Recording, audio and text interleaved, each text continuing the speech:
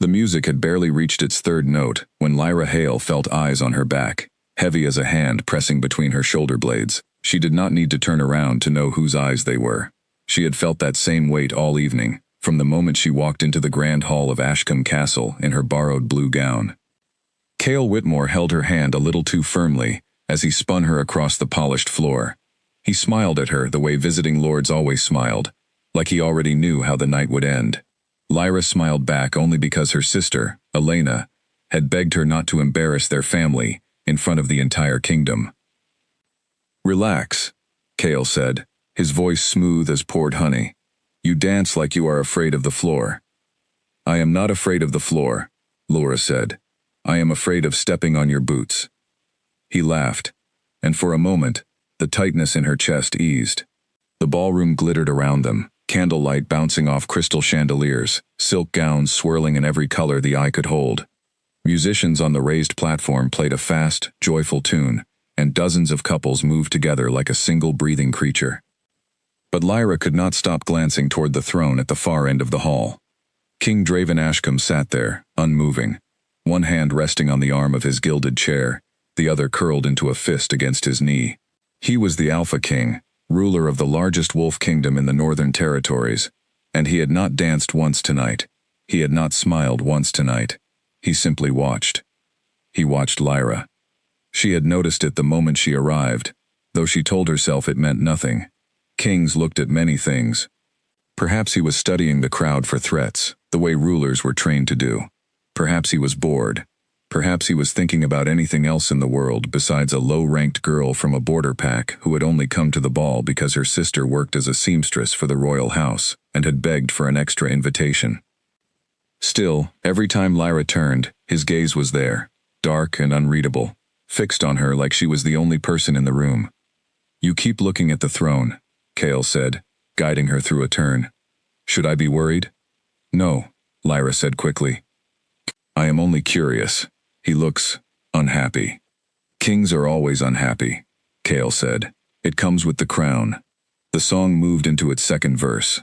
Lyra let herself relax into the rhythm, the fear in her chest quieting as the music swelled. For a few beats, she almost forgot about the throne at the end of the hall, almost forgot the strange magnetic pull she had felt toward the king since the moment their eyes first met at the entrance. Almost. Then the music cracked. It was not the musicians who caused it. It was the sudden, sharp scrape of a chair being pushed back with far too much force. The sound cut through the hall like a blade through silk, and every head turned toward the throne. King Draven was standing. He had never risen during a dance before. Not once, in the 6 years since he had taken the crown, had anyone seen him leave his seat before the music ended. The musicians faltered, their bows dragging awkwardly across the strings, before falling silent one by one. Dancers slowed, then stopped completely, gowns and boots frozen mid-turn. Lyra's hand was still resting in Cale's, but her whole body had gone still, her heart hammering so loudly, she was certain the people beside her could hear it. Draven descended the 3 steps from his throne with slow, deliberate strides. His boots struck the marble floor like a drumbeat, each step echoing through the silent hall.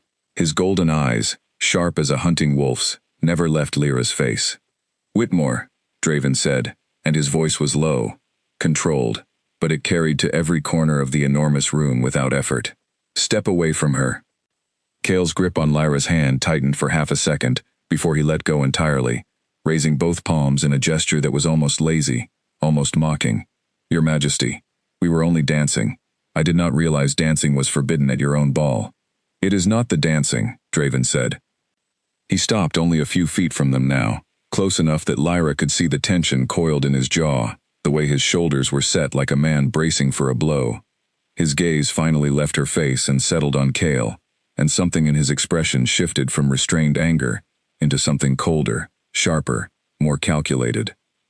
"For 3 months," Draven said, his voice rising now so the whole hall could hear, "my scouts have tracked shipments of iron and silver crossing the border from your kingdom into the western passes. Weapons, Lord Whitmore. Weapons meant for wolves, disguised as trade goods and hidden inside grain carts." A murmur rippled through the crowd. Lyra took a step back without meaning to, putting distance between herself and Cale. though she was not sure why her body reacted before her mind understood what was happening. "That is a serious accusation to make at a ball," Cale said, and for the first time, his easy smile had vanished. "Do you have proof, or only suspicion dressed up as ceremony?" "I have proof," Draven said. "And I have patience, which I have spent generously these last months, waiting to see if you would show your hand. Tonight, you showed it. You came to my kingdom, into my home, and you put your hands on someone under my protection, while your countrymen smuggle weapons across my borders." Lyra's breath caught. Under my protection. She had never spoken more than a few words to the king in her life. She did not understand what he meant, and from the confused whispers spreading through the crowd, no one else did either. Draven turned then, fully, and addressed the entire hall, his voice booming with authority that silenced every remaining sound. "As of this night, the kingdom of Whitmore stands accused of breaking the peace treaty signed by my father and theirs 20 years ago. I will not wait for another shipment to cross my borders before I act. Effective immediately, I am recalling my armies from the Northern Watch and preparing them for war." The word war landed in the hall like a stone dropped into still water. Gasps rose from every direction. Someone dropped a glass, and the shattering sound seemed impossibly loud in the frozen silence that followed. Lyra stood frozen in the middle of the dance floor, the borrowed blue gown suddenly feeling too tight around her ribs. Every eye in the hall, hundreds of them, noble and common alike, turned to look at her. She could feel their questions pressing against her skin. Who is she? Why did the king stop the dance for her? What does she have to do with any of this? She did not know the answer herself. Cale's expression had gone hard and unreadable. He gave a short, stiff bow to the king, one that held no respect in it at all. "You will regret declaring war over a dance, your majesty." "I am not declaring war over a dance," Draven said, his voice quiet now, but somehow more dangerous for its quietness. "I am declaring war because your kingdom has been arming itself against mine in secret, and tonight you gave me proof that your intentions were never peaceful. The dance only told me it was time to stop waiting." Guards, who Lyra had not even noticed moving through the crowd, closed in around Cale from 3 directions. He did not resist as they took hold of his arms, but his eyes found Lyra's one last time before they led him away. "This is not finished," he said, though whether he meant it for the king or for her, Lyra could not tell. The hall erupted into chaos the moment the doors closed behind him. Nobles turned to each other in frantic whispers, some already moving toward the exits as if war might arrive at the castle gates within the hour. Musicians packed away their instruments with shaking hands.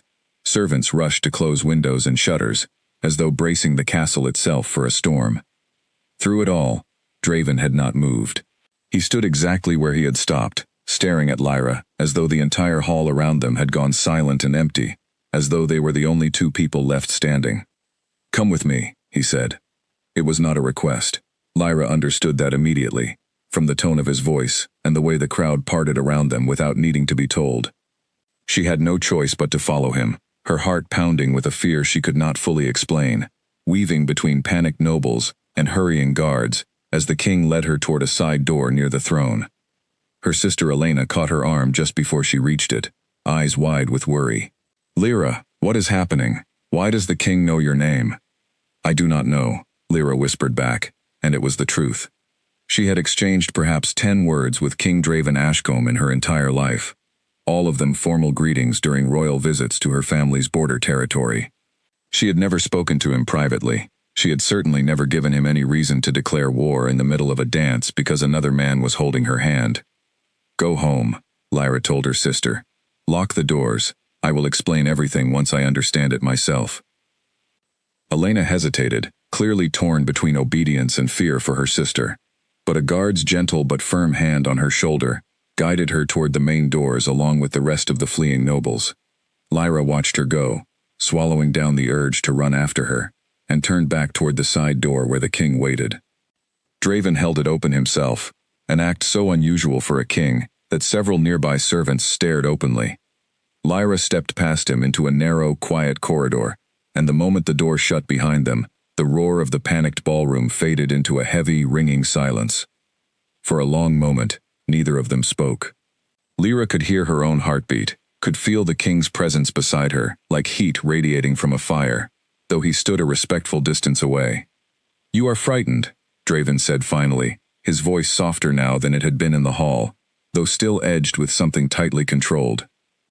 "You just declared war in front of the entire kingdom," Lyra said, finding her voice at last, though it came out shakier than she wanted.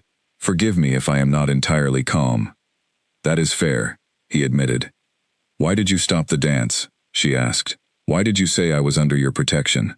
I do not understand any of this." Draven was quiet for a moment, his golden eyes studying her face with an intensity that made her want to look away, and made it impossible to do so at the same time. When he finally spoke, his voice had dropped low, almost reluctant, as though the words cost him something to say. "Because watching another man hold you," he said, "was the hardest thing I have done since I took this crown." Lyra's breath caught in her throat. Whatever she had expected him to say, it was not that. "I do not understand," she whispered. "I know," Draven said. "But you will. Tonight, you will understand everything."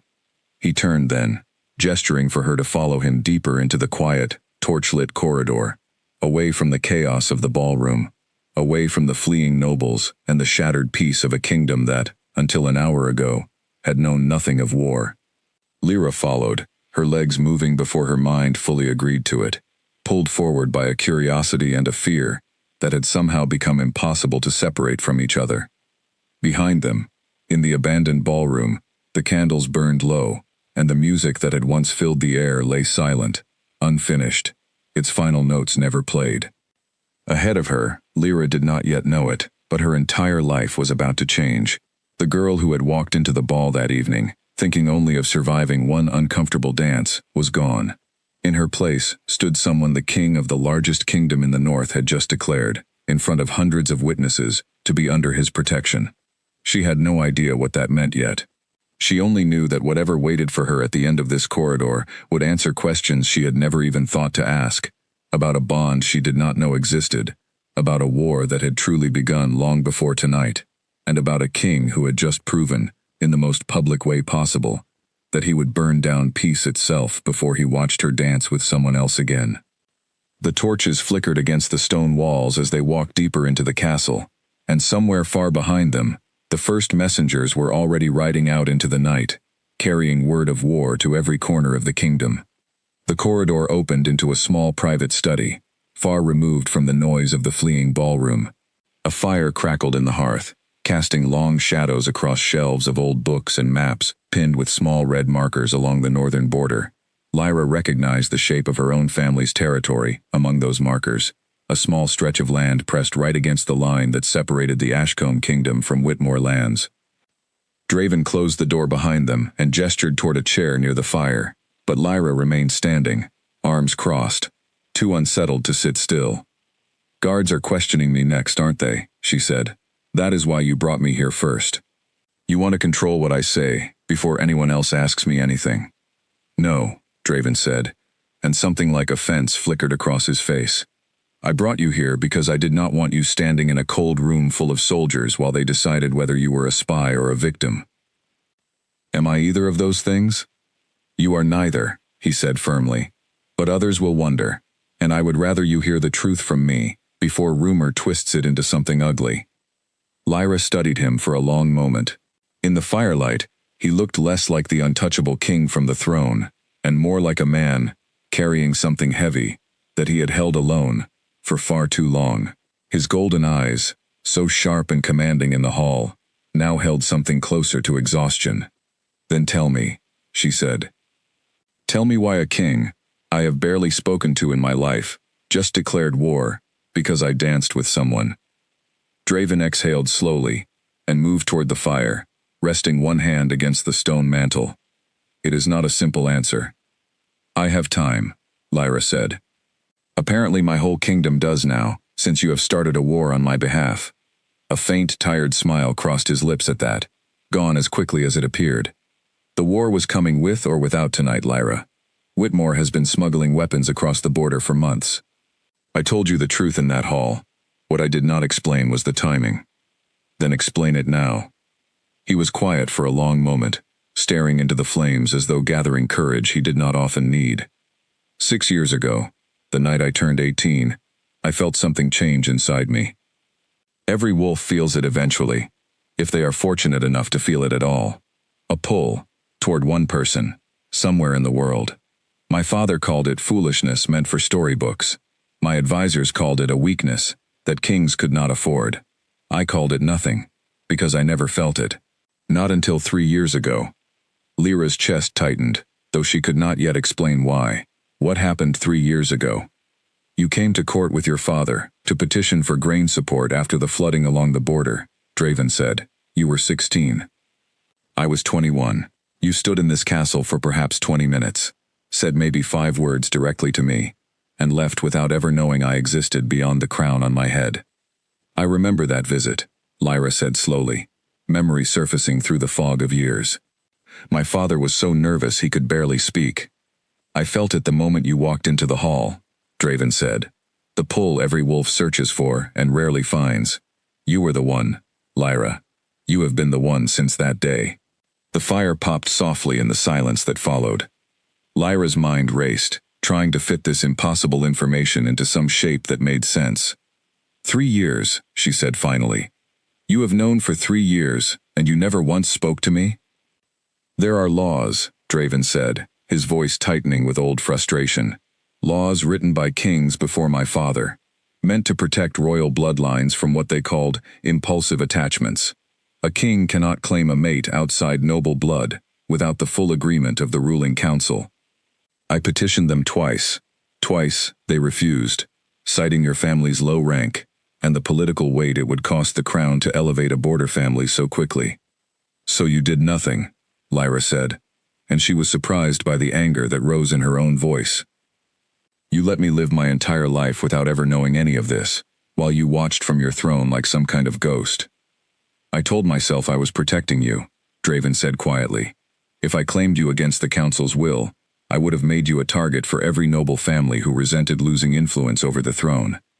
I convinced myself that distance was safer for you than the truth. And tonight?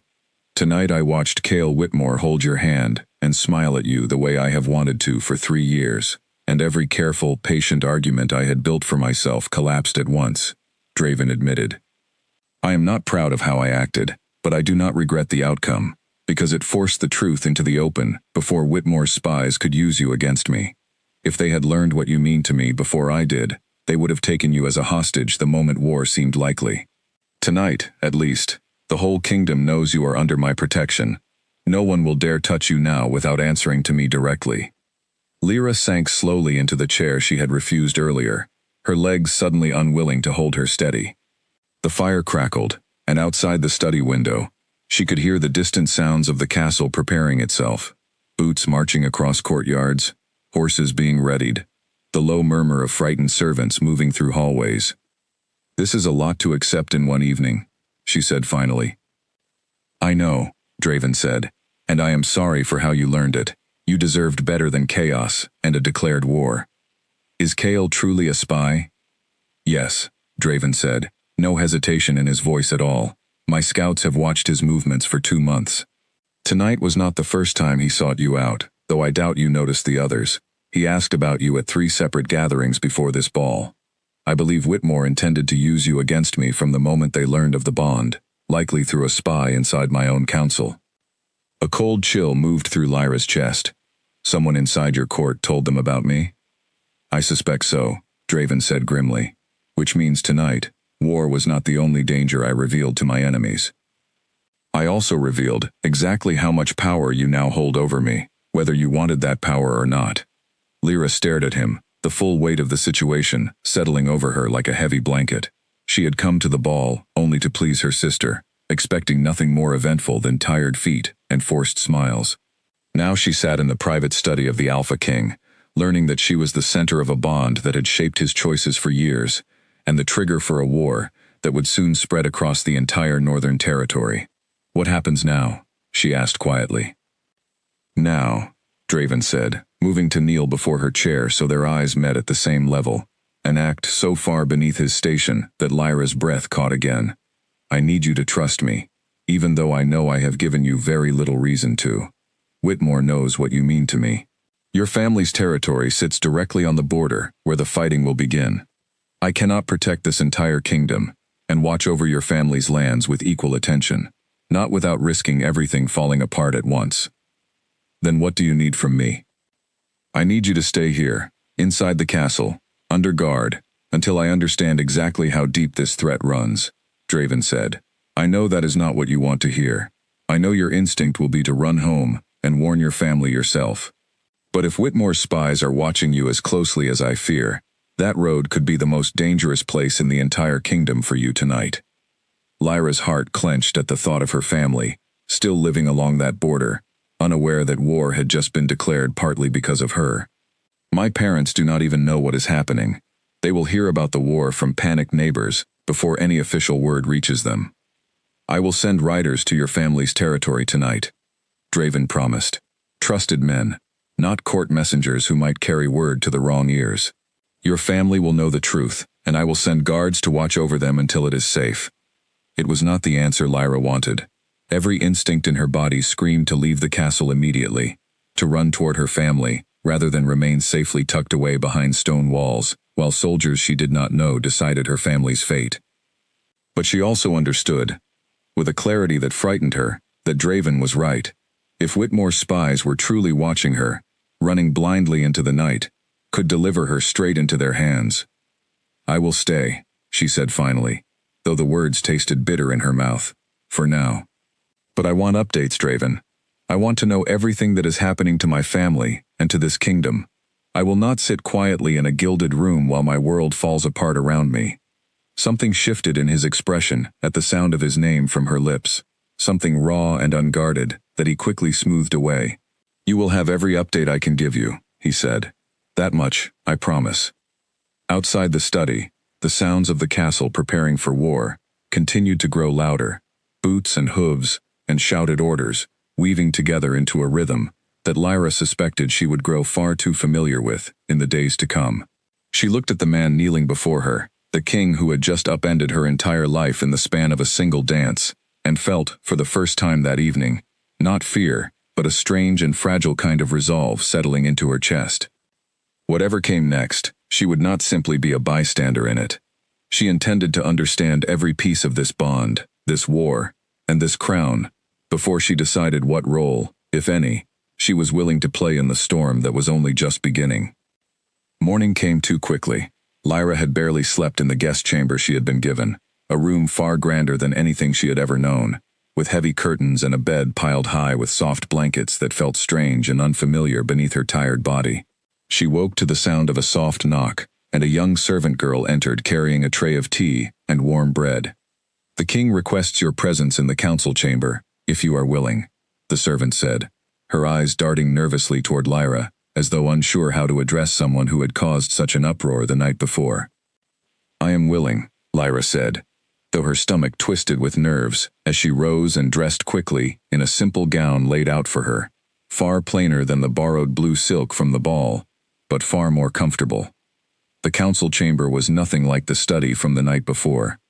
It was a long, formal room with a great oak table stretching down its center, surrounded by tall windows that let in the gray morning light. Several men and women in official robes sat along the table, their faces tight with the strain of a sleepless night spent preparing for war. At the head of the table sat Draven, and beside him stood a tall, silver-haired man Lyra did not recognize. Lyra Hale, Draven said as she entered, rising from his seat, an act of respect that drew several sharp glances from the council members. Thank you for coming. This is Corwin Ash, my chief advisor. He has served my family since before I was born. Corwin studied Lyra with keen, assessing eyes, the kind of look that made her feel as though every secret she had ever kept was being weighed and measured. So this is the young woman who started a war, he said, though there was no unkindness in his tone, only weary curiosity. I did not start anything, Lyra said, lifting her chin, despite the nerves fluttering in her chest. I only danced. A ripple of quiet, tired laughter moved around the table, easing some of the tension in the room. Corwin's mouth twitched into something close to a smile. Fair enough. Please, sit. There is much to discuss, and you have a right to hear it. given how deeply your life has become tangled with this kingdom's fate. Lyra took the offered chair near the head of the table, acutely aware of Draven's presence beside her, close enough that she could feel warmth radiating from him even without touching. Corwin unrolled a large map across the table, weighted down at its corners with small brass markers, showing the full stretch of the northern border between Ashcombe and Whitmore territory. Your family's land sits here, Corwin said, tapping a spot near a winding river that Lyra recognized instantly, having grown up along its banks. It has always been a contested strip, claimed by both kingdoms at different points over the last century. 20 years ago, your grandfather played a critical role in the peace treaty that finally settled the border dispute. Lyra blinked in surprise. My grandfather? He never spoke of any of this. He always said he was just a farmer. He was far more than a farmer, Corwin said. Your grandfather, Aldrich Hale, served as a mediator between the two kingdoms during the final negotiations. Both sides trusted him because he held no formal allegiance to either crown, only to the land itself and the people who lived on it. His signature sits alongside the two kings on the original treaty, preserved in this very castle's archives. The revelation settled over Lyra like a strange, heavy weight. She had grown up believing her family's history was simple, unremarkable, tied only to farming and quiet border living. Learning that her grandfather had once stood at the center of a peace agreement between two kingdoms reshaped everything she thought she understood about her own family. Why does this matter now? She asked. Because your family's territory is not just strategically valuable for its location, Draven said, speaking for the first time since the meeting began. It carries symbolic weight for both kingdoms. If Whitmore forces claim that land during this conflict, they do more than gain ground. They erase the legacy of the peace your grandfather helped build. And if they know about the mate bond, Corwin added grimly, they will see an opportunity to strike two blows at once. Weakening the symbolic peace your family represents, while also striking directly at the one person who could unbalance the Alpha King's judgment in the middle of a war. Lyra's hands tightened in her lap. You are saying my family is in danger not just because of the border, but because of me. I am saying your family has always mattered to the stability of this region, Corwin said carefully. The bond only adds another layer of risk on top of what was already fragile ground. A heavy silence fell over the table. Lyra glanced at Draven, searching his face for reassurance, and found instead a tightly controlled anger simmering just beneath the surface of his calm expression. I have already sent riders to your family's territory, Draven said. Trusted soldiers, moving quietly, avoiding the main roads where Whitmore's scouts are most likely watching. They should arrive within 2 days, well ahead of any organized military movement. 2 days feels like a very long time. When your family is standing on land, two kingdoms suddenly want to fight over, Lyra said quietly. I know, Draven said. If I could move faster without risking their exposure, I would. Corwin cleared his throat gently, drawing their attention back to the map. There is another matter the council must address, Your Majesty. Word of the mate bond will not stay contained within this castle for long. Servants talk, nobles gossip. By week's end, every kingdom within riding distance will know that the Alpha King declared war over a border dispute and a woman in the same breath. We must decide how this is presented publicly, before rumor shapes the story for us. The truth is the story, Draven said firmly. I will not hide the bond, nor pretend the war exists, for reasons separate from what truly caused it. Whitmore has been arming itself for months. That is fact, regardless of what else happened at the ball. With respect, said an older council member near the far end of the table, a stern-faced woman named Petra. The truth may weaken our position with allied kingdoms, who question whether personal matters influenced a decision meant to protect all of us. Perception matters as much as fact in matters of war. Then let them question it, Draven said, his voice sharpening. I will not build a war on a foundation of lies, simply to make it more comfortable for allies to swallow. Whitmore smuggled weapons across my border for months before I ever raised my voice in that hall. That fact stands on its own, whether or not anyone believes the timing was convenient. Lyra watched the exchange with a strange mixture of gratitude and unease. She appreciated Draven's refusal to hide the truth, yet she also understood, with growing clarity, exactly how exposed she now was. Every noble in every allied kingdom would soon know her name, her face, and the fact that she held some kind of power over the Alpha King's decisions. It was a terrifying kind of visibility for someone who, only 2 days ago, had lived a quiet, unremarkable life along a quiet border river. "What do you need from me?" Lyra asked, turning to look directly at Draven. "Beyond staying hidden inside these walls. If my name is already becoming part of this story, I would rather understand my role in it than simply be protected from it." Draven studied her for a long moment, something like respect flickering behind the guarded exhaustion in his eyes. "I need you to be patient a little longer, while we secure your family's safety. After that, I suspect you will have decisions to make that no one, including me, has the right to make for you."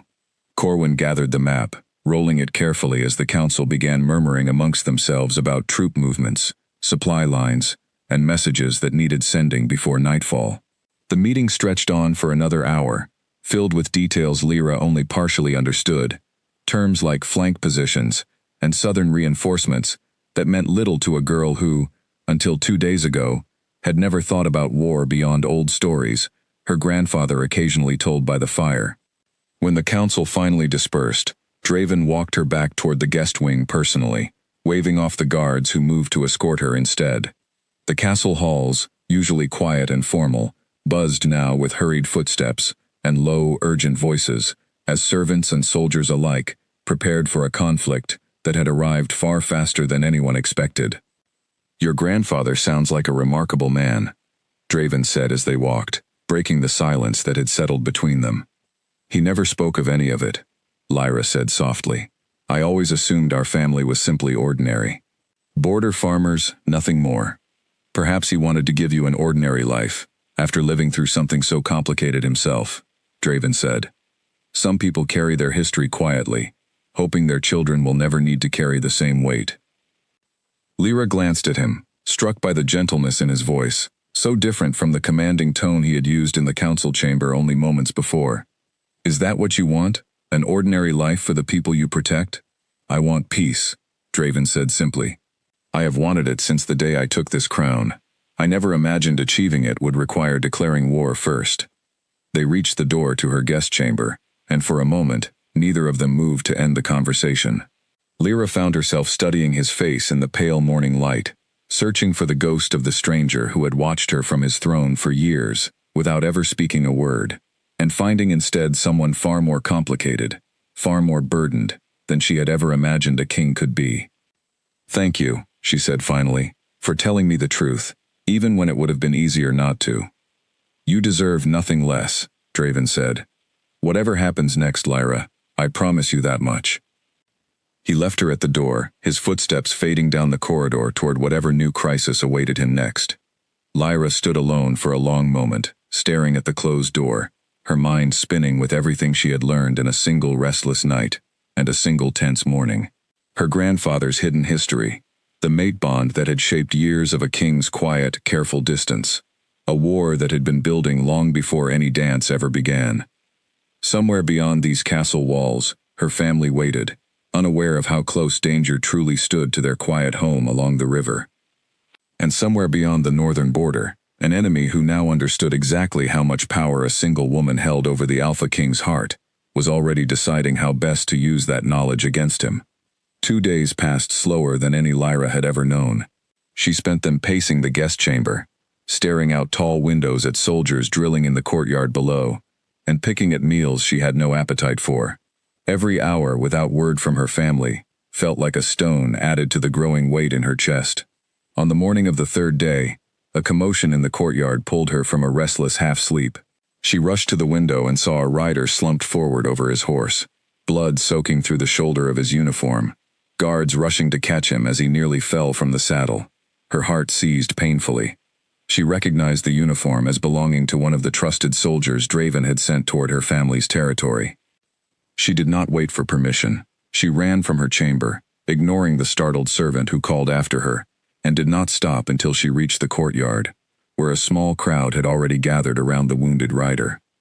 "Where is my family?" Lyra demanded, pushing through the circle of soldiers before anyone could stop her. "What happened to them?" The rider, pale and clearly struggling to stay conscious, looked up at her with pained, apologetic eyes. "We were ambushed 2 miles from the river crossing." Whitmore scouts, at least a dozen of them, waiting along the forest road.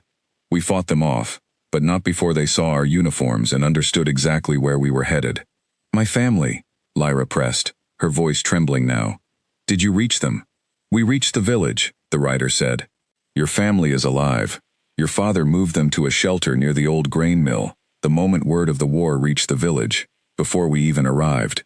But the scouts we fought are certainly reporting back to their commanders now. Your family's location will not stay hidden much longer. Relief and fresh terror crashed through Lyra at the same time. Alive, but not safe. Hidden, but not for long. She turned instinctively, searching for Draven, and found him already crossing the courtyard toward her, his expression dark with barely controlled fury at the sight of his wounded soldier.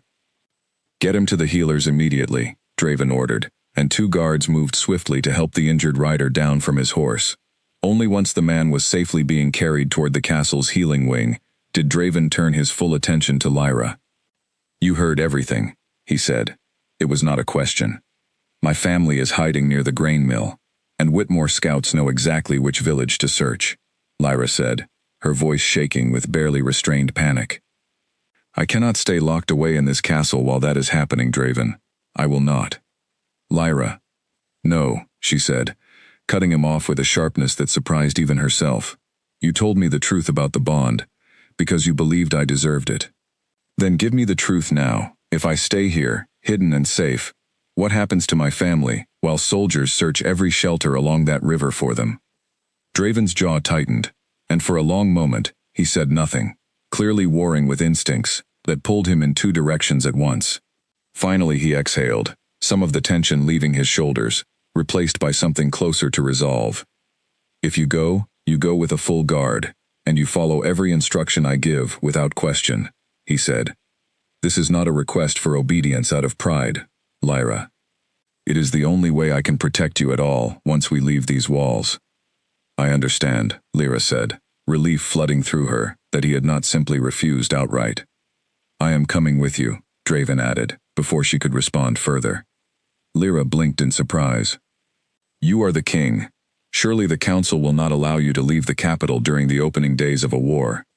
The council does not command me, Draven said, though his voice carried a weariness that suggested this was not the first time he had needed to remind them of that fact.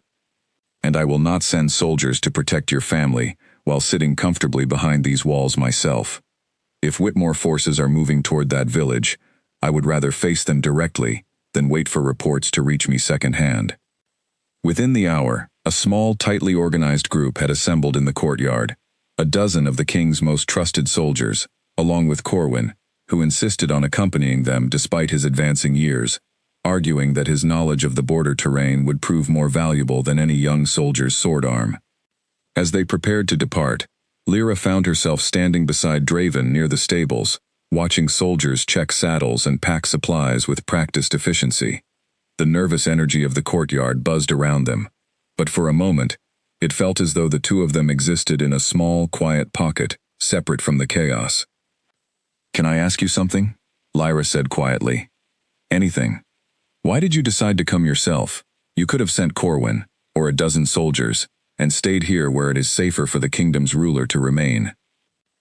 Draven considered the question for a long moment, his eyes fixed on the horizon beyond the castle walls, where dark clouds were gathering over the distant hills. When I was 12 years old, my parents were killed in a border skirmish, not unlike the one building now, he said finally, his voice quieter than Lyra had ever heard it.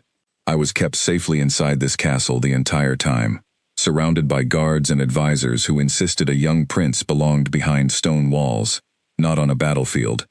I have spent every year since, wondering if my presence, even as a child, might have changed something. I know it likely would not have. But I refuse to spend the rest of my life making that same choice again, hiding behind walls while people I care about face danger without me. Lyra's chest tightened at the raw honesty in his words, the glimpse of the frightened boy still living somewhere beneath the composed, commanding king she had come to know over the last 3 days. I am sorry, she said softly, about your parents. It was a long time ago, Draven said, though the shadow in his eyes suggested the wound had never fully healed. But it taught me something important. Waiting safely, while others face danger on your behalf, is not strength.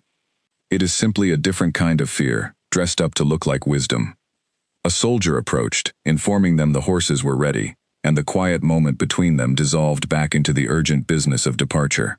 Lyra mounted the horse she had been given, a sturdy gray mare far calmer than her own racing thoughts, and settled into the saddle as the small company began moving through the castle gates.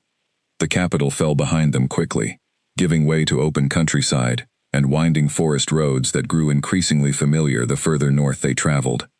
Lyra had made this journey only once before, years ago, accompanying her father on a rare trip to petition the crown, and the memory felt strange now, layered over with everything she had learned since that long-ago visit, had apparently changed the entire course of her life, without her ever knowing it.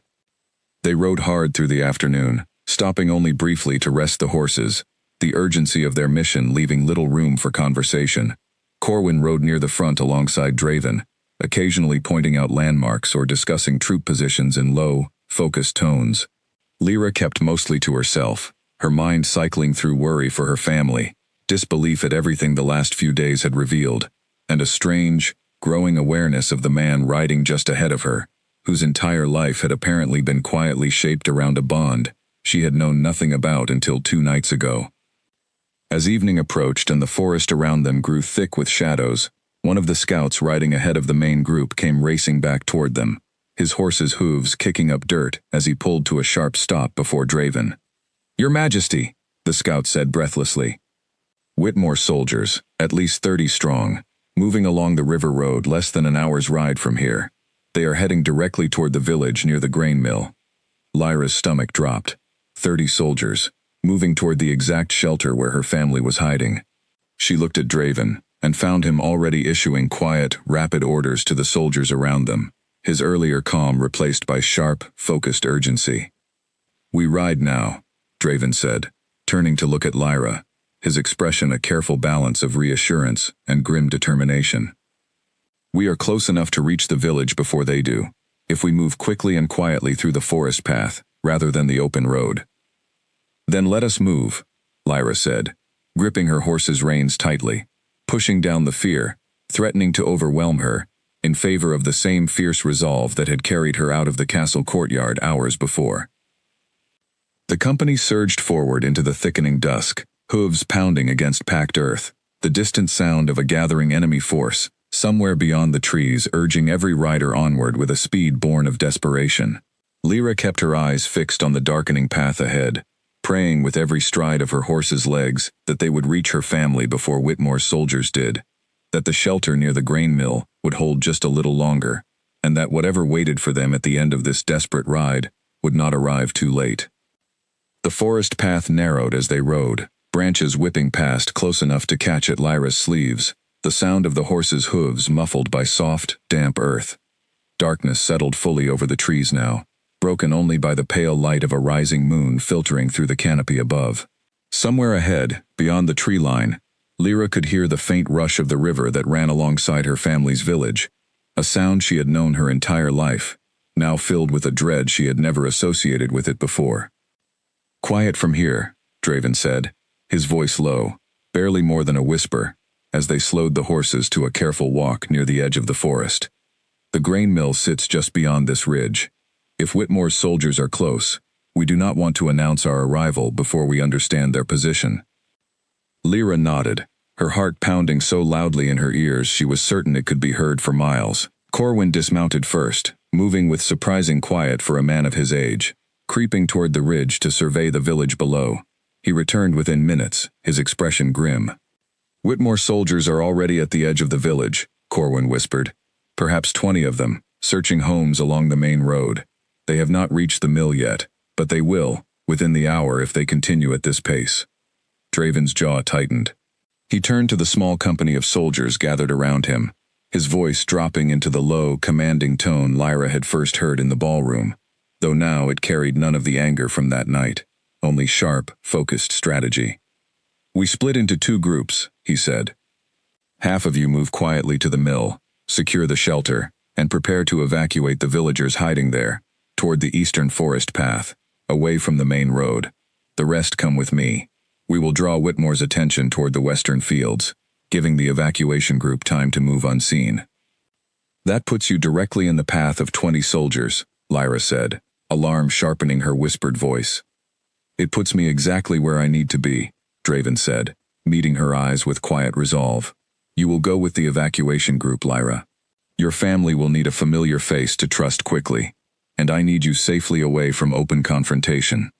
Every instinct in Lyra's body rebelled against the idea of separating from him now, but she understood the wisdom in his plan, even as fear twisted through her chest. Be careful, she said softly, the words feeling insufficient for everything she wanted to say in that moment. Always, Draven said, though the faint, tired smile that crossed his lips suggested he understood exactly how unlikely that promise was to hold true in the hours ahead. The company split quickly, Draven leading half the soldiers west along the ridge, while Corwin guided Lyra and the remaining group down a narrow deer path toward the grain mill. Lyra's heart ached with every step that carried her away from Draven, but she forced herself to focus on the task ahead, on reaching her family before danger found them first. The old grain mill came into view minutes later, its familiar wooden frame silhouetted against the moonlit sky, exactly as Lyra remembered from countless childhood visits with her father. A soft, careful knock against the side door, followed by a whispered signal Corwin had arranged with the earlier riders, brought a cautious response from within. The door creaked open, and Lyra's breath caught at the sight of her mother's tear-streaked face, peering out into the darkness. Lyra, her mother whispered, disbelief and relief warring in her voice as she pulled her daughter into a fierce embrace. We heard about the war. We heard your name mentioned in the same breath as the king's declaration. I did not know what to believe. I will explain everything, Lyra promised, stepping inside the mill where her father and several other village families huddled together in anxious silence.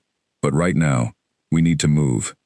Whitmore soldiers are searching the village, and they will reach this mill soon. Her father, Aldrich's own son and heir to whatever quiet legacy the old peace treaty had left behind, rose immediately, his weathered face set with the same steady resolve Lyra remembered from every hardship her family had weathered over the years. Where do we go? East, through the forest path, away from the main road, Corwin said, stepping forward. We have soldiers waiting to guide you to safety. The mill emptied quickly, families gathering what little they could carry, children clutching tightly to parents' hands as they moved out into the cool night air. Lyra stayed close to her mother and father, guiding them toward the forest path while soldiers fanned out around the group, watching the surrounding darkness for any sign of approaching danger. They had traveled perhaps a quarter-mile into the forest when the first sounds of fighting erupted behind them, distant shouts and the clash of steel carrying faintly through the trees from the direction of the western fields. Lyra's stomach twisted painfully at the sound, knowing exactly where Draven and his soldiers had gone to draw Whitmore's attention. Keep moving, Corwin urged the fleeing villagers, his voice tight with controlled urgency. The king can handle himself. Our task is getting these people to safety. Lyra forced herself to keep walking, though every fiber of her being wanted to turn back toward the sounds of battle. Her mother gripped her hand tightly, sensing her daughter's distress, even without understanding its full source. You care for him, her mother said quietly, as they hurried along the dark forest path. The king.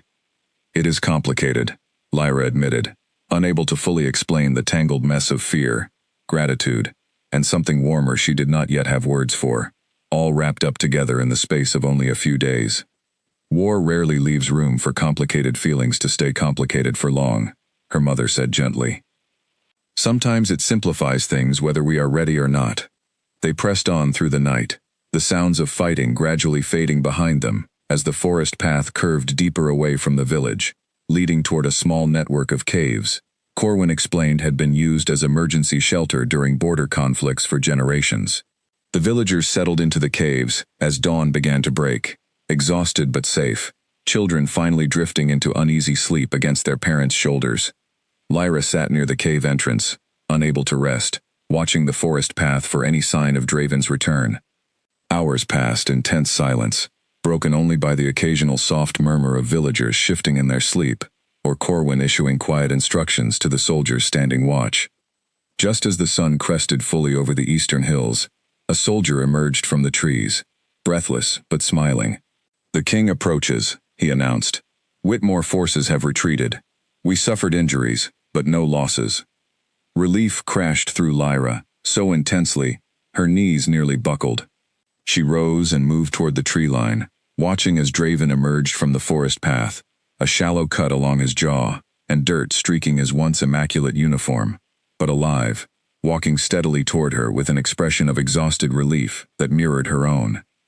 "You are hurt," she said, closing the distance between them, without fully deciding to do so. "It is nothing," Draven said, though he did not pull away when her fingers brushed lightly near the cut on his jaw, checking the wound with careful, worried hands. "Your family?" "Safe," Lyra said. "All of them, thanks to you." "Thanks to all of us," Draven corrected gently. "This was never something I could have managed alone." They stood together at the edge of the forest, the rising sun casting golden light across the quiet clearing, villagers beginning to stir within the caves behind them, the distant echo of battle finally fading into the peaceful sounds of a new morning. For a fragile moment, it felt as though the entire chaotic storm of the last few days had settled, if only briefly, into something resembling calm. But Lyra knew, even as relief washed through her, that this quiet moment would not last. Whitmore's soldiers had retreated, but they had not been defeated. Somewhere beyond the border, plans were already being redrawn, and the war that had begun with a single dance was only just beginning to show its true, dangerous shape. The journey back to the capital took 2 full days, slower than their desperate ride north had been, weighed down now by wounded soldiers and the careful pace needed to keep Lyra's family and the other rescued villagers safe. Draven insisted her parents travel with the main company, rather than remain near the border, and though her father grumbled about leaving behind the only home he had ever known, even he could not argue against the wisdom of distance from a border that had so recently become a battlefield. By the time the castle gates came into view again, Lyra felt as though she had lived an entire lifetime since the night of the ball, though barely a week had passed. Her parents were given comfortable rooms within the castle's guest wing, and for the first time since the chaos began, Lyra allowed herself a full night of dreamless, exhausted sleep. She woke the next morning to urgent knocking at her door. Corwin stood in the hallway, his expression grave in a way that immediately banished any lingering peace from her rest. "You should come to the council chamber," he said. "Now, if you are able." Lyra dressed quickly and followed him through the castle, her earlier calm replaced once again by the familiar knot of anxiety that seemed to have become a permanent resident in her chest over the past week. The council chamber was already crowded when she arrived, tension thick enough to feel as she stepped through the doors. Draven stood near the head of the table, his expression carved from stone, and beside him stood a guard captain Lyra did not recognize, along with an empty chair that seemed to draw everyone's attention despite its emptiness. Lyra asked, moving to stand near Draven as the council members shifted uneasily in their seats. "Cale Whitmore escaped custody last night," Draven said, his voice tight with barely controlled frustration. "The guards assigned to his cell were found unconscious this morning, and the cell itself was empty." Lyra's stomach dropped. "How is that possible? I thought your dungeons were secure." "They are secure against outside threats," Corwin said grimly. "This was not an outside threat. Someone inside this castle helped him escape." A heavy silence fell over the room. Lyra's eyes moved instinctively across the gathered council members, searching faces she barely knew for any sign of guilt, though she had no real way of judging such things among strangers. "We believe the spy Draven suspected has finally revealed themselves," Corwin continued. "Whoever helped Cale escape had access to the dungeon's private corridors, knowledge only a handful of trusted castle officials possess." Petra, the stern-faced councilwoman who had argued for careful public messaging days earlier, rose from her seat, her face pale with what looked like genuine alarm. "Surely, you do not suspect anyone seated at this table." "I suspect everyone, until proven otherwise," Draven said flatly. "That is what treason demands of a king, however uncomfortable the accusation feels to those who are innocent." The meeting stretched on, filled with tense discussion of increased security measures, new locks for sensitive areas of the castle, and careful questioning of every servant and guard who might have had access to the dungeons the previous night. Lyra listened, absorbing every detail, her mind working through the implications, long after the council members began filing out of the chamber, their faces tight with suspicion toward colleagues they had trusted for years. When only she, Draven and Corwin remained. Lyra finally voiced the question weighing heaviest on her mind. If Cale escaped with inside help, does that mean he already knows everything about the plan to protect my family? About where we went, about the caves, about all of it?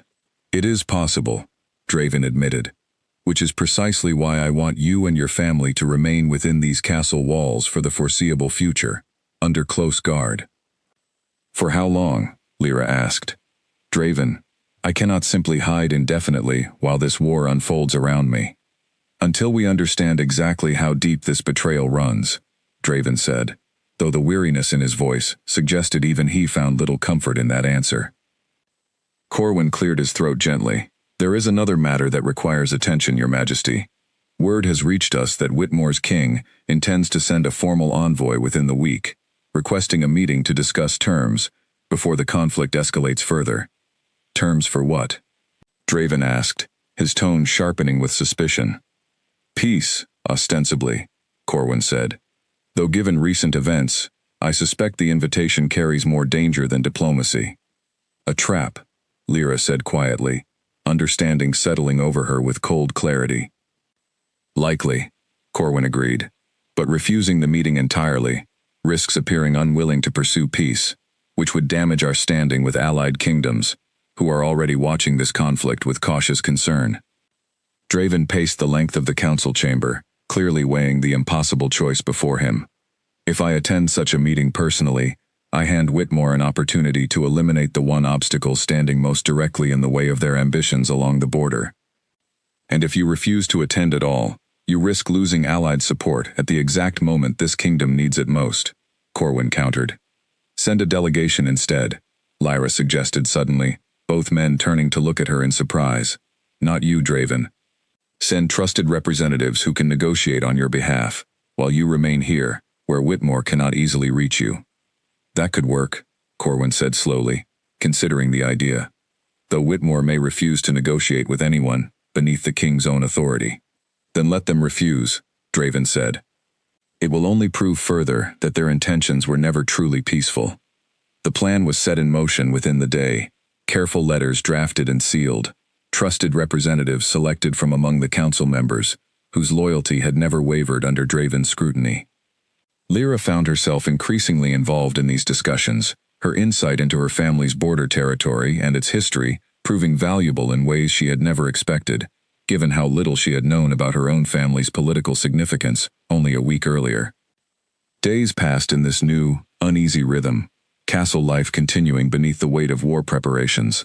Lyra's parents slowly adjusting to their unfamiliar surroundings, while soldiers drilled endlessly in the courtyard below. Through it all, Lyra found herself spending increasing amounts of time near Draven, drawn together not just by the bond neither of them had chosen, but by a growing familiarity, born of shared crisis and quiet conversations shared late into the evening hours. It was during one such evening, as they walked slowly through the castle gardens beneath a clear, star-filled sky, that Lyra finally allowed herself to voice the question that had been building within her since their return from the border. What happens to us, Draven, once this war ends? She asked.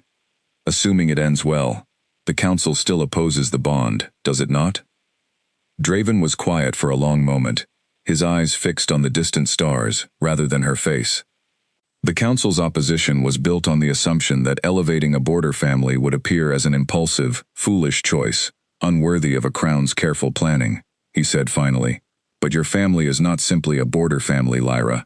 Your grandfather helped author the very peace that shaped this region for 20 years. Your father sheltered an entire village from Whitmore's soldiers with quiet courage. And you, yourself, have shown more clear-headed strength through this crisis than half the nobles seated at that council table. That sounds like the beginning of an argument you intend to make to the council, Lyra said, a small, hopeful smile tugging at her lips despite the weight of everything surrounding them. It is, Draven admitted, though I suspect it will require more than words alone to convince them fully. What else would it require? Time, Draven said, proof that this bond strengthens the kingdom rather than weakens it. And perhaps, when the moment is right, a willingness on both our parts to claim what we want, regardless of whether the council ever fully agrees. Lyra studied his face in the soft starlight, searching for any hesitation behind his words, and finding none. Whatever fear had kept him distant and silent for 3 long years seemed to have burned away entirely in the fires of the past week's chaos, replaced by a quiet, steady determination that stirred something warm and unfamiliar deep within her chest. "I would like that," she said softly, "claiming what we want, regardless of what the council decides." Draven's hand found hers in the darkness, his fingers warm and careful around her own, and for a moment, standing together beneath the vast northern sky, the looming shadow of war and betrayal and uncertain futures seemed to fade into something quieter, something that felt, however briefly, like the beginning of hope. Neither of them noticed the figure watching from the shadowed edge of the garden wall, nor the message that would leave the castle grounds before dawn, carrying word of exactly where Lyra could be found should Whitmore's forces decide the time had come to act. 3 days later, a folded note arrived at Lyra's chamber door, carried by a young servant girl Lyra recognized only vaguely from the castle kitchens. The note was written in a hand she did not know, but it carried her mother's name signed at the bottom, along with a request that felt urgent enough to override the caution Lyra had been carefully practicing since Cale's escape. "Your mother has taken ill," the note read. "She is resting in the healer's cottage near the eastern orchard, away from the busy castle wards where she can rest more quietly. She asks that you come alone, so as not to worry your father further with additional commotion." Lyra's heart clenched with worry. Her mother had seemed tired since their journey from the border, though nothing had suggested true illness. Still, exhaustion could hide deeper troubles, and the thought of her mother suffering quietly in an unfamiliar cottage, while Lyra remained ignorant in her comfortable chamber, filled her with immediate, urgent guilt. She should have told Draven. She should have sent word to Corwin, or asked a guard to accompany her, or done any number of careful, sensible things that a week of chaos should have taught her to do without hesitation. But the note's insistence on discretion, paired with her own worry and exhaustion, pushed rational caution aside in favor of instinct and love. She slipped out through a side entrance she had learned during her days wandering the castle gardens, avoiding the main courtyard where guards kept careful watch, and made her way toward the eastern orchard as the afternoon sun began its slow descent toward evening. The orchard was quiet, rows of fruit trees heavy with early summer growth stretching out beneath a sky beginning to soften into gold. Lyra hurried along the narrow path toward the healer's cottage, her mind so occupied with worry for her mother that she failed to notice the unusual stillness settling over the orchard around her, the absence of birdsong that should have filled the peaceful afternoon air. She was perhaps 20 paces from the cottage when a hand closed firmly over her mouth from behind, another arm wrapping tightly around her waist, lifting her clean off her feet before she could scream. Panic exploded through her chest as she thrashed against the grip, but the arms holding her were far too strong, and within seconds, a cloth soaked in something sharp and bitter pressed against her nose and mouth, and the golden afternoon light dissolved into darkness. When Lyra woke, her head throbbed painfully, and the world around her swayed with the unmistakable rhythm of a moving carriage. She was seated upright, her wrists bound loosely in front of her, though not so tightly that circulation had been cut off entirely. Across from her, in the dim, shuttered interior of the carriage, sat Cale Whitmore. "You are awake," he said, his tone almost gentle, though the smile accompanying it held none of the charm she remembered from the ball. "Good. I was beginning to worry. The sedative had been too strong." "Where am I?" Lyra demanded, fighting down the fresh wave of panic threatening to overwhelm her. "What have you done?" "You are simply being relocated," Cale said, as though discussing something as mundane as a change of scenery rather than an abduction. "Somewhere, your Alpha King will need to negotiate rather carefully to retrieve you." "He will come for me," Lyra said, forcing steel into her trembling voice. "You know that already. It is exactly why you took me in the first place." "Precisely," Cale said, his smile widening, "which is why I expect this entire ordeal to be resolved rather quickly, once your king understands the terms my kingdom intends to offer in exchange for your safe return." "What terms?" "Full withdrawal of Ashcombe forces from the border, permanent cession of the disputed territory along the river, and a formal apology issued publicly for the false accusations leveled against my kingdom at that ball," Cale said, counting the demands off on his fingers with casual ease. "Reasonable terms, given the alternative your king now faces." Lyra's blood ran cold. Whitmore intended to use her not just as leverage, but as a means of undoing everything Draven had fought to protect over the past week, including her own family's ancestral land. "He will never agree to those terms," she said, though uncertainty crept into her voice despite her best efforts to sound confident. "Won't he?" Cale leaned forward slightly, studying her with an expression that held something almost sympathetic beneath its calculating edge. "I watched him in that ballroom, Lyra. I have never seen a king abandon composure so completely over a single dance. I suspect there is very little he would not agree to, if it meant guaranteeing your safety." The carriage rattled on through what Lyra guessed was deepening evening, the small gaps around the shuttered windows offering only glimpses of darkening forest passing steadily by. She tried to track their direction, tried to memorize any detail that might help locate her later, but exhaustion and lingering effects of whatever drug had been used against her made focus difficult to maintain. "Who helped you?" she asked finally, forcing herself to focus on gathering information rather than succumbing to fear. "Someone inside the castle helped you escape custody. Someone told you where to find me today." Cale's smile turned enigmatic. "I am afraid that information will remain mine to keep, at least for now. Suffice to say, your king's court holds more divided loyalties than he perhaps realizes." The carriage eventually slowed, then stopped, and Lyra was guided out into the darkness by two guards who had been riding alongside the vehicle, their faces obscured beneath dark hoods despite the late hour. She found herself standing before a small, isolated stone building, little more than a hunting lodge tucked deep within unfamiliar forest, far removed from any road or village she recognized. Inside, she was led to a small, sparsely furnished room, with a single narrow window too small for escape, and a heavy wooden door that locked from the outside. Cale paused at the threshold before leaving her there, his expression softening slightly into something that almost resembled genuine concern. "I do not intend to harm you, Lyra," he said quietly. "Whatever you believe of me now, understand that my kingdom's grievance has always been with the crown of Ashcombe, not with you personally. You are simply the key that will unlock the negotiation my king requires." "That is meant to comfort me?" Lyra asked bitterly. "It is meant to be honest," Cale said. "You will be treated well during your stay here, and I expect it will not last long. Your king has already proven, quite publicly, exactly how far he is willing to go to protect you. I do not imagine he will hesitate now." The door closed behind him, the heavy lock sliding into place with a finality that sent a fresh wave of fear through Lyra's chest. She sank onto the narrow bed pushed against one wall, her bound wrists aching, her mind racing through everything that had happened since that fateful note arrived at her chamber door. She had been careless. She understood that now, with painful clarity. Worry for her mother had overridden every lesson the past week should have taught her about caution, about the very real dangers surrounding her since the night of the ball.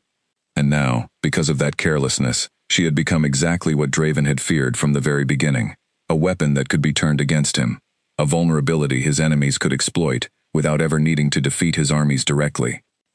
Outside the small window, the forest stretched dark and unfamiliar beneath a canopy of stars, offering no clue as to how far she had traveled from the castle, or how long it might take for anyone to find her.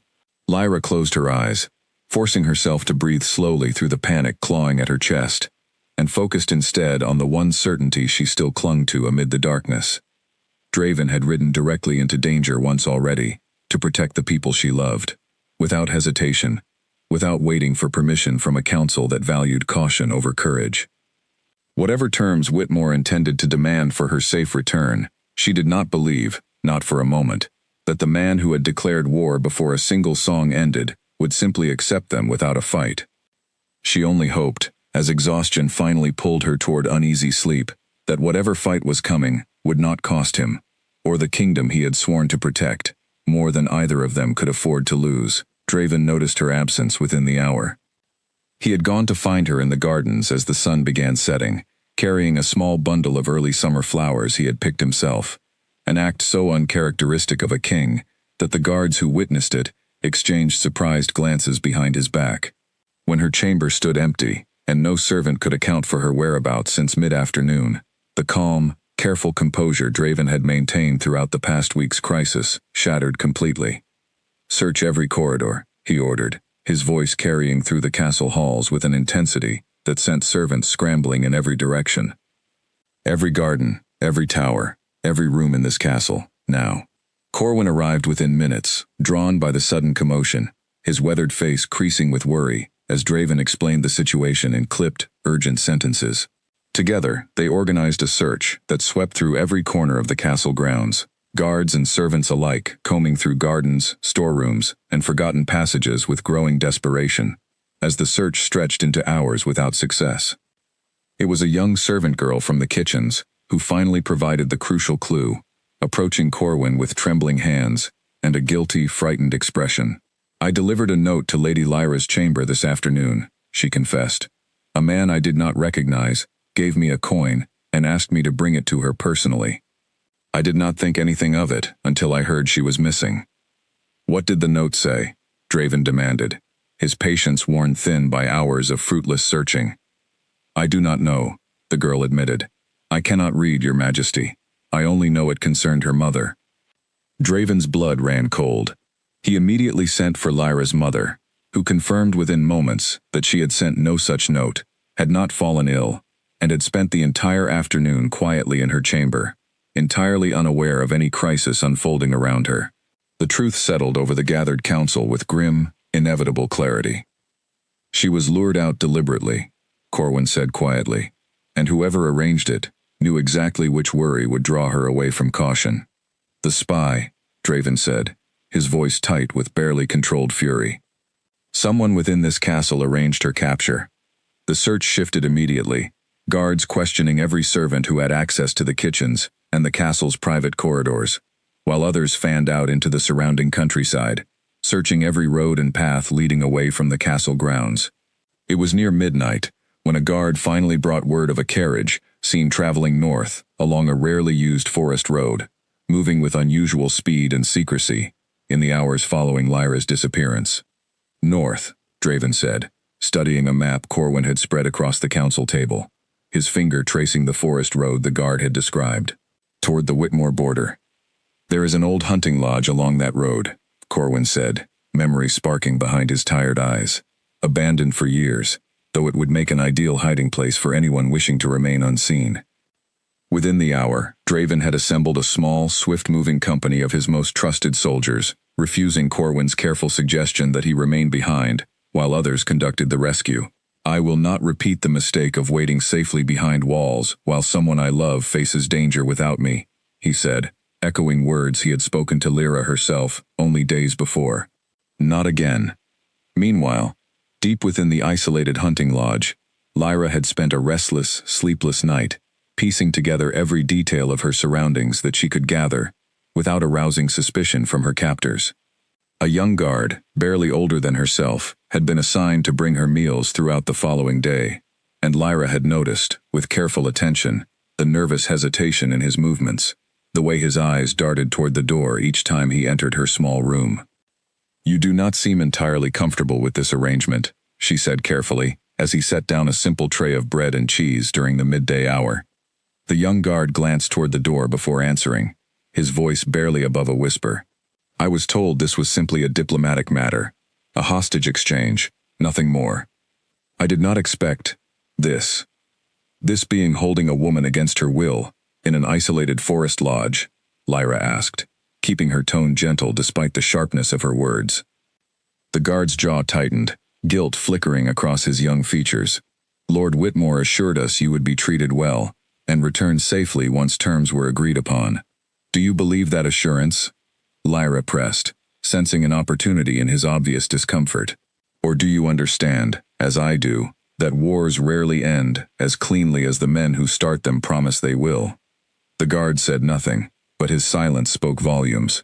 Lyra pressed her advantage carefully, choosing her next words with deliberate precision. "My name is Lyra Hale.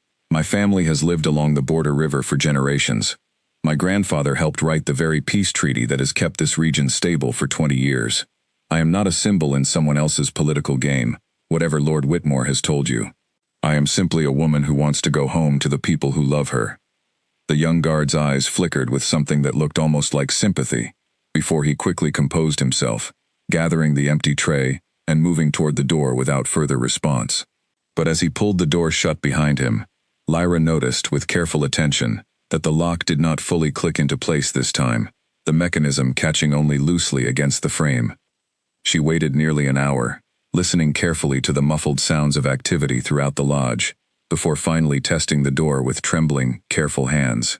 It gave way beneath her touch, swinging open silently into a narrow, empty hallway. Her heart pounded with equal parts hope and terror as she crept forward, following the hallway toward what she hoped was an exit, rather than deeper into whatever danger the lodge still held. She had made it perhaps halfway down the corridor when a hand closed around her arm, and she spun, ready to fight, only to find the same young guard standing before her, his expression tense but not hostile. "This way," he whispered urgently, guiding her instead toward a small side door she had not noticed, rather than raising an alarm. "There is a path through the trees behind the lodge that leads toward the main road. I cannot guarantee your safety beyond that point, but it is better than remaining here." "Why are you helping me?" Lyra whispered, even as she followed him quickly toward the door. "Because you were right," the guard said simply. "About wars, and about promises men make that they rarely intend to keep fully." He guided her out into the cool night air, pointing urgently toward a narrow break in the tree line, before turning back toward the lodge, clearly unwilling to risk further exposure by accompanying her further. Lyra did not waste time with additional questions, moving swiftly and quietly into the darkness of the surrounding forest, her heart pounding with a desperate, fragile hope that freedom might truly be within reach. She had traveled perhaps a quarter-mile through the unfamiliar trees, moving as quickly as caution allowed, when the distant sound of approaching horses reached her ears, hooves pounding hard against the forest road not far from her position. Fear seized her chest, uncertain whether the approaching riders belonged to allies or enemies, and she pressed herself low against the base of a wide old tree, watching the road through gaps in the underbrush. The first rider to emerge from the darkness moved with a familiar, powerful grace that Lyra recognized instantly, even in the pale moonlight filtering through the canopy above. "Draven," she breathed, relief crashing through her so completely that her legs nearly gave way beneath her. She rose from her hiding place, calling out his name as loudly as she dared, and watched him wheel his horse around instantly, his expression shifting from grim determination to fierce, overwhelming relief in the span of a single heartbeat. He was off his horse and crossing the distance between them, before the animal had fully stopped, pulling her into arms that trembled with barely restrained emotion. "I thought I had lost you," he said, his voice rough with feeling he made no effort to hide, despite the soldiers gathering around them. "Are you hurt? Did they harm you?" "I am all right," Lyra said, though her own voice shook as she clung to him, the terror and exhaustion of the past day finally catching up to her now that safety felt, however fragile, within reach. "A guard helped me escape. I do not know how long we have before they realize I am gone." Draven's jaw tightened, his arms tightening protectively around her even as his focus shifted immediately to the danger still surrounding them. "Then we do not linger here," he said, guiding her quickly toward his waiting horse. "We ride for the castle now, and we do not stop until we are safely behind those walls." As he lifted her onto the horse and swung up into the saddle behind her, the sound of shouting erupted from the direction of the lodge, distant but unmistakable, signaling that her absence had indeed been discovered. Draven spurred the horse forward without hesitation, the small company of soldiers falling into formation around them as they raced back toward the safety of the castle, leaving the isolated hunting lodge and its unfinished plans for negotiation far behind in the darkness. But even as relief washed through Lyra with every mile that carried them further from danger, she understood, with painful clarity, that Whitmore would not simply accept this failed attempt at leverage without pursuing some new, more desperate strategy. The war that had begun with a single dance was far from over, and the true battle, she suspected, still waited somewhere ahead of them in the days to come. The castle received them with a flurry of relieved activity, healers rushing to examine Lyra, despite her insistence that she was unharmed, and Corwin embracing her warmly before quickly returning to the business of security, doubling guards throughout every corridor and gate. Lyra's parents wept with relief at her safe return, her mother refusing to let go of her hand for nearly an hour after she was finally settled back in her own chamber. It was the following morning, during a hastily called council meeting, that the identity of the castle spy was finally revealed, and the discovery sent a fresh wave of shock through the already exhausted court. A guard, questioned extensively about the mechanisms of Cale's escape, finally broke under the weight of Corwin's careful, patient interrogation, confessing that instructions and access had come not from a stranger, but from within the council itself. All eyes turned toward Petra, whose pale, stricken face confirmed the guard's confession, before she spoke a single word in her own defense. "I did not do this for Whitmore's sake," Petra said, her voice trembling as guards moved to flank her chair. "I did it because I believed, and still believe, that this war endangers every family in this kingdom. For the sake of a personal bond, the council never approved. I thought removing the girl from the equation entirely would end the conflict before it truly began. Instead, you handed Whitmore a weapon to use against this entire kingdom," Draven said, his voice cold with a fury Lyra had not heard from him since the night of the ball. "Your misguided caution nearly cost Lyra her life, and very likely prolonged this war rather than preventing it." Petra was led away under guard, her fate left for the formal justice the council would determine in the coming days, and the chamber fell into a heavy, uneasy silence following her departure. Lyra felt no satisfaction in the revelation, only a tired, sorrowful understanding of how fear and misplaced loyalty could drive even well-intentioned people toward dangerous choices. The relief of uncovering the spy was short-lived, however. Within hours, scouts brought word that Whitmore forces, emboldened rather than deterred by the failed attempt to use Lyra as leverage, had begun a full military advance toward the border, moving in far greater numbers than the earlier skirmishes had suggested. The isolated encounters of the past week, it seemed, had only been the opening moves of a much larger campaign. "They intend to force a decisive confrontation," Corwin said grimly, studying the latest scouting reports spread across the council table. "Likely believing that a swift, overwhelming strike will secure the disputed territory before our allies can mobilize in support. Then we meet them," Draven said, his voice hard with resolve. "We will not wait behind these walls for them to dictate the terms of this war any longer." The days that followed passed in a blur of urgent preparation, soldiers mobilizing from every corner of the kingdom, supply lines organized with careful precision, and messages sent to allied territories requesting reinforcement. Lyra found herself drawn into the preparations as well, her knowledge of the border terrain proving valuable to the strategists planning the kingdom's defense, her presence in the council chamber no longer questioned by anyone who remained. On the evening before the armies were set to march, Lyra found Draven alone, in his private study, staring at the same border map that had first revealed her grandfather's hidden history, weeks that felt like a lifetime ago. "You are worried," she said softly, moving to stand beside him.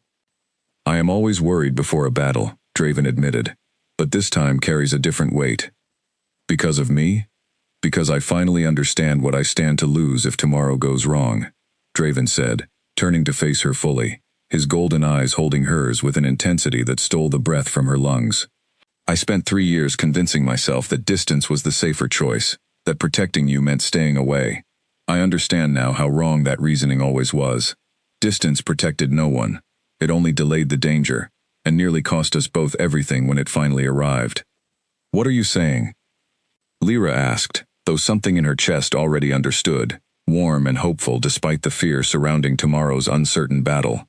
"I am saying that whatever the council decides, whatever laws stand between us, I do not intend to face tomorrow, or any day after it, pretending that my heart belongs anywhere other than with you," Draven said. "I love you, Lyra. I have loved you since the moment you walked into this castle 3 years ago, though I was too much a coward, dressed up as a careful king, to say it aloud until now." Tears gathered in Lyra's eyes, warm and unexpected, as 3 years of unspoken longing finally found voice between them. "I love you too," she whispered. "I did not understand it until recently, until I watched you ride into danger for my family, until I felt what it meant to nearly lose you, and to nearly be lost myself. But I understand it now, completely." Draven's hand rose to gently cup her face, his thumb brushing softly across her cheek, as he studied her with an expression of such open, undisguised devotion that it left her breathless. "Whatever happens tomorrow," he said quietly, "I want you to know that meeting you, bond or not, has been the greatest gift of my entire life."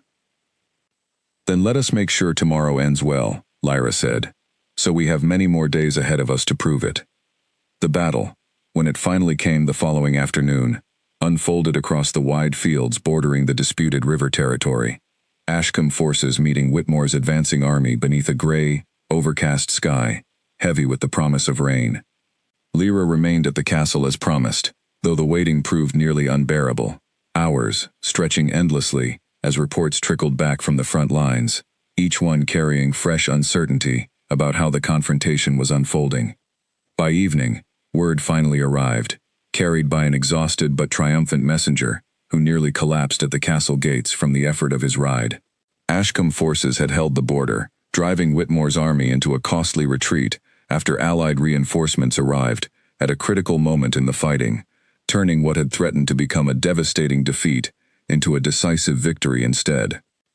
Cale Whitmore himself had been captured during the retreat, along with several senior commanders, effectively ending Whitmore's capacity to continue the conflict without accepting whatever terms Ashcombe now chose to demand. Draven returned to the castle 2 days later, weary and bearing a fresh scar along his forearm, but alive, and Lyra ran to meet him in the courtyard with a relief so overwhelming it nearly buckled her knees.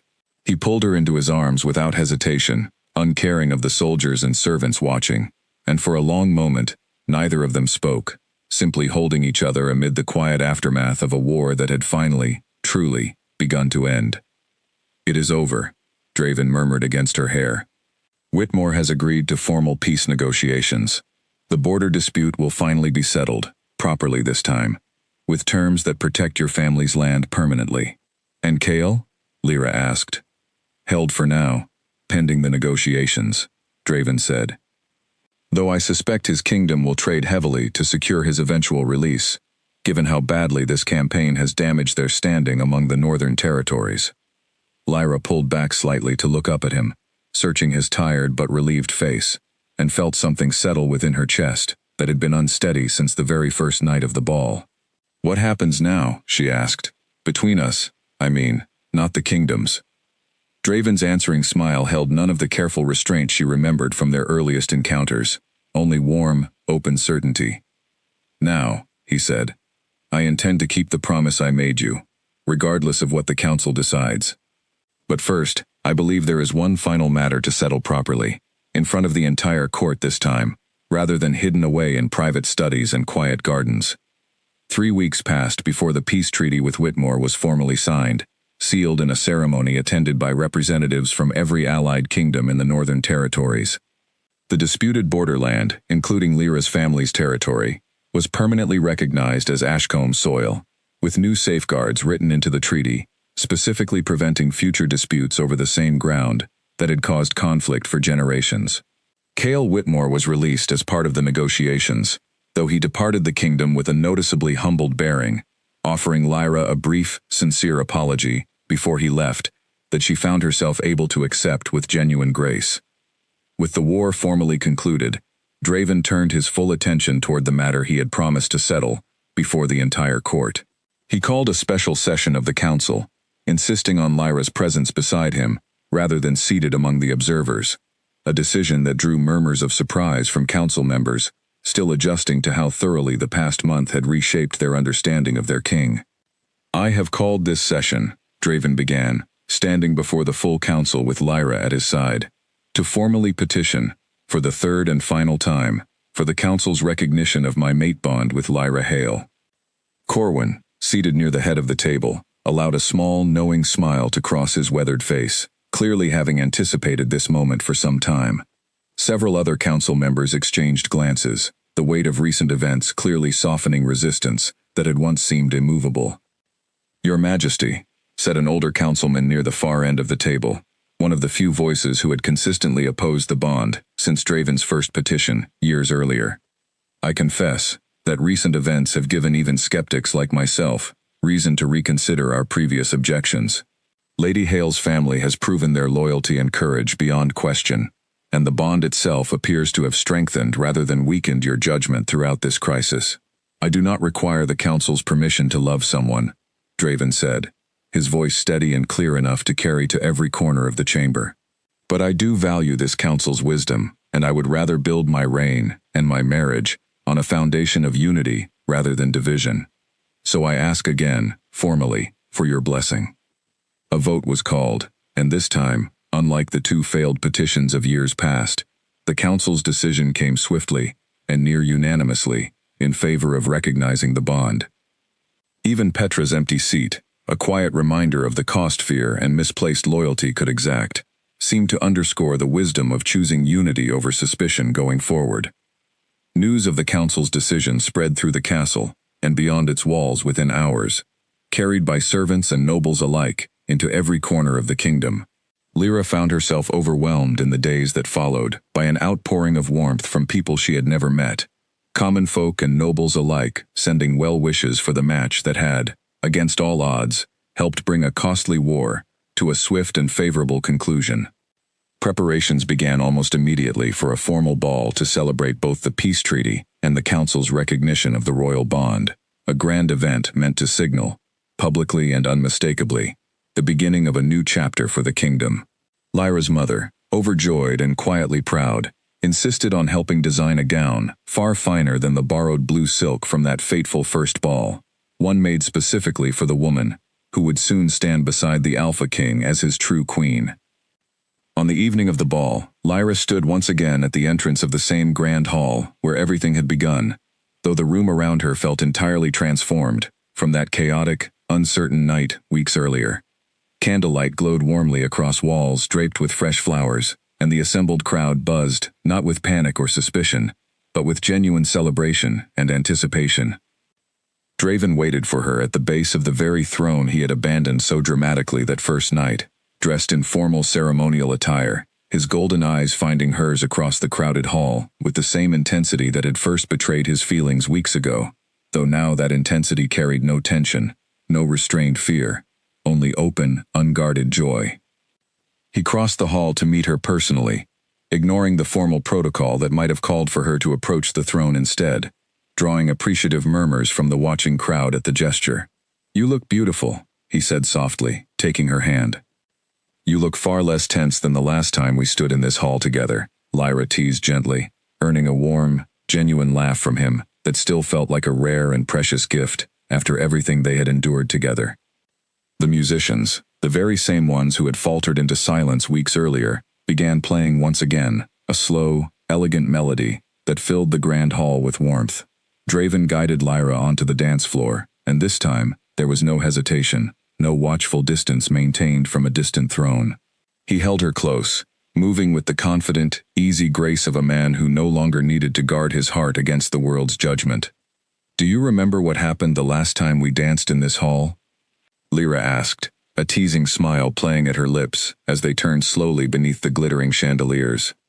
"Vividly," Draven admitted, his own smile warm and unguarded, "though I believe I was watching from my throne rather than actually dancing, if memory serves."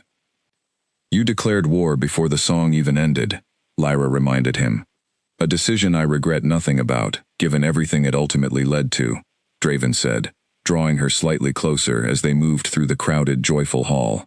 "Though I promise you, this time, I intend to see this particular dance through to its very last note." The song continued, swelling gently through its final verses, and this time, no chair scraped back with sudden urgency, no royal declarations interrupted the music's peaceful flow. Draven and Lyra danced through every remaining note together, surrounded by a court that had finally, fully embraced the bond that had once threatened to tear a kingdom apart, and had instead become the very thing that helped hold it together through its most dangerous hour. As the final notes faded into warm applause from the gathered crowd, Draven leaned down close to Lyra's ear, his voice soft enough that only she could hear it amid the celebration surrounding them. "I love you," he said simply, "and I intend to spend every remaining dance of our lives proving exactly how much." Lyra smiled up at him, her heart full, in a way she had never imagined possible on that first chaotic night weeks ago, when a simple dance had somehow unraveled her entire quiet, ordinary life, and rebuilt it into something far richer and far braver than she had ever expected to find. "Then we had better keep dancing," she said, "because I do not intend to let you stop anytime soon." And beneath the warm glow of chandeliers, surrounded by a kingdom finally settling into peace after weeks of uncertainty and danger. The Alpha King and the border farmer's daughter danced on. This time, with no war left to declare, only a future they intended to build together, one steady, unhurried step at a time.